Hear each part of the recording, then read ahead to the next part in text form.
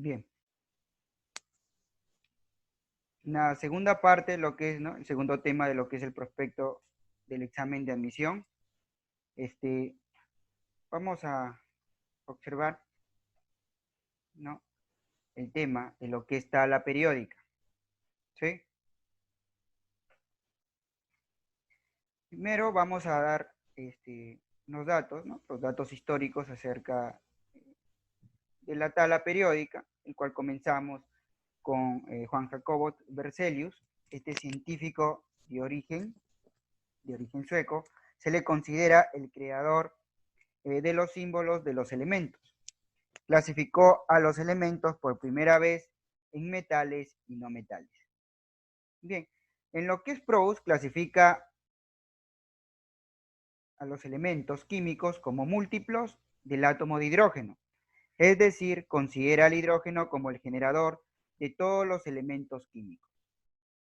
Estos son los dos primeros personajes en lo que son los datos históricos, un poco de historia acerca de lo que es, ¿no? De cómo se formó, ¿no? Desde los inicios la tabla periódica, ¿no? Mientras iban descubriendo elementos también, cómo se iba formando. Luego vemos un personaje importante, lo que es Dobereiner, que clasifica los elementos en pequeños grupos de tres. Al trabajo histórico de Dobereiner se le considera, ¿no? Con el nombre de las triadas, ¿no? Que es una triada, ¿no? En una triada, según Dobereiner, deben de existir tres elementos, pero estos tres elementos deben tener semejantes propiedades químicas, ¿no? En el año de 1829 forma cerca de 14 triadas, ¿no? Acá tenemos el personaje de Dobereiner, y acá tenemos un ejemplo de una triada, ¿no? Acá tenemos el litio, con, ¿no? Sodio y potasio, ¿sí? Esta es una triada, el cual cada uno de estos tres elementos tiene sus pesos atómicos. Considerar de que desde la antigüedad, ¿no? De que las construcciones de las primeras tablas periódicas, los elementos que se iban descubriendo, lo que se estudiaba siempre eran los pesos atómicos. En este caso, el litio tenía 7 y el potasio 39. ¿Qué decía Dobereiner? De que el peso atómico, en este caso central, se daba por la semisuma, en este caso ¿no? de litio, que tiene su peso atómico 7, más el potasio sobre 2, daba el peso atómico de medio, que en este caso viene a ser el sodio. Y de esta manera, ¿no? De A3 construyó alrededor de 14 triadas que tenían propiedades semejantes, ¿no?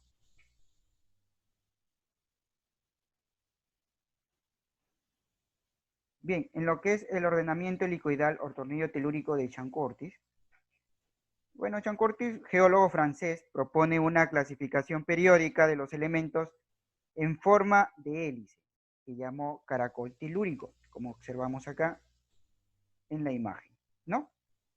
En un cilindro, como observamos en imagen, trazó una hélice con un ángulo de 45 sobre la base y en ella se fue colocando los elementos en forma creciente, como observamos acá, ¿no? En la imagen, en forma creciente, ¿sí?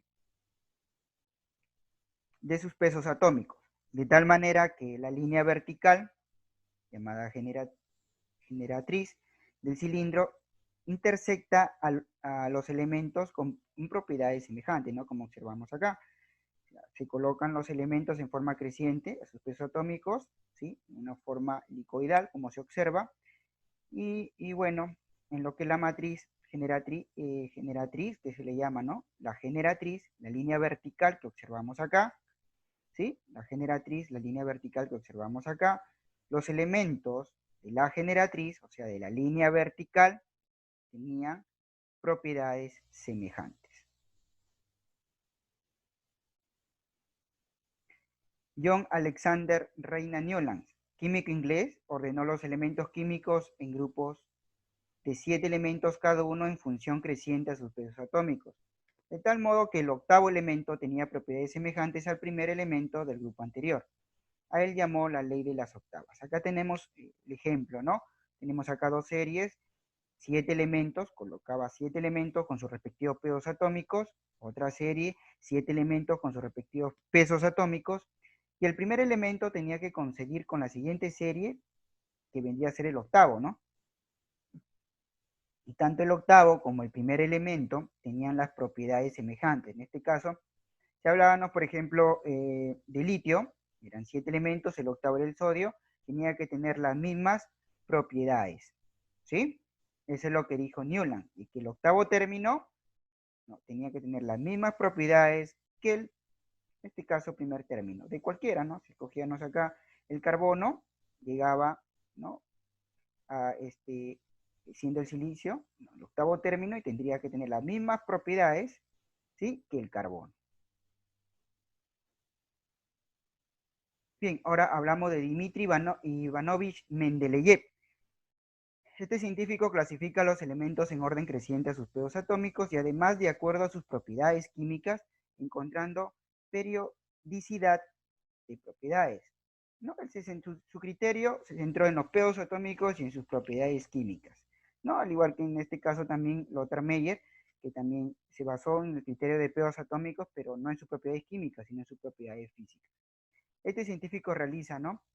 Uno de los mejores trabajos acerca de la tabla periódica, ¿no? En este caso, esta tabla periódica caracterizada tenía 63 elementos, 11 filas y 8 grupos.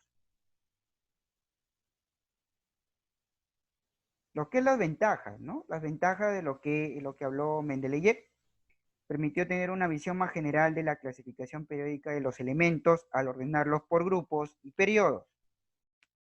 Como segunda ventaja, al dejar ciertos casilleros vacíos, predijo la existencia de nuevos elementos y sus propiedades físicas y químicas, ¿no? Acá tenemos, por ejemplo, el ecaboro, el ecaluminio, el ecasilicio, que en este caso predecía, ¿no? La existencia de nuevos elementos, ¿no? Por ejemplo, el ecaboro era el elemento que se encontraba debajo del boro, y bueno, actualmente sabemos que es el escandio, ¿no? Por ejemplo, si hablamos del silicio, en este caso, sabemos que el ecasilicio actualmente es el germanio, o sea, anteriormente se le llamaba ecasilicio, que era el casillero debajo del silicio, del silicio, ¿no? Y bueno, por eso es que el nombre anterior se le denominaba eca, que proviene o significa primeros, ¿sí? Es el primer elemento debajo, en este caso, de cada elemento, ¿no?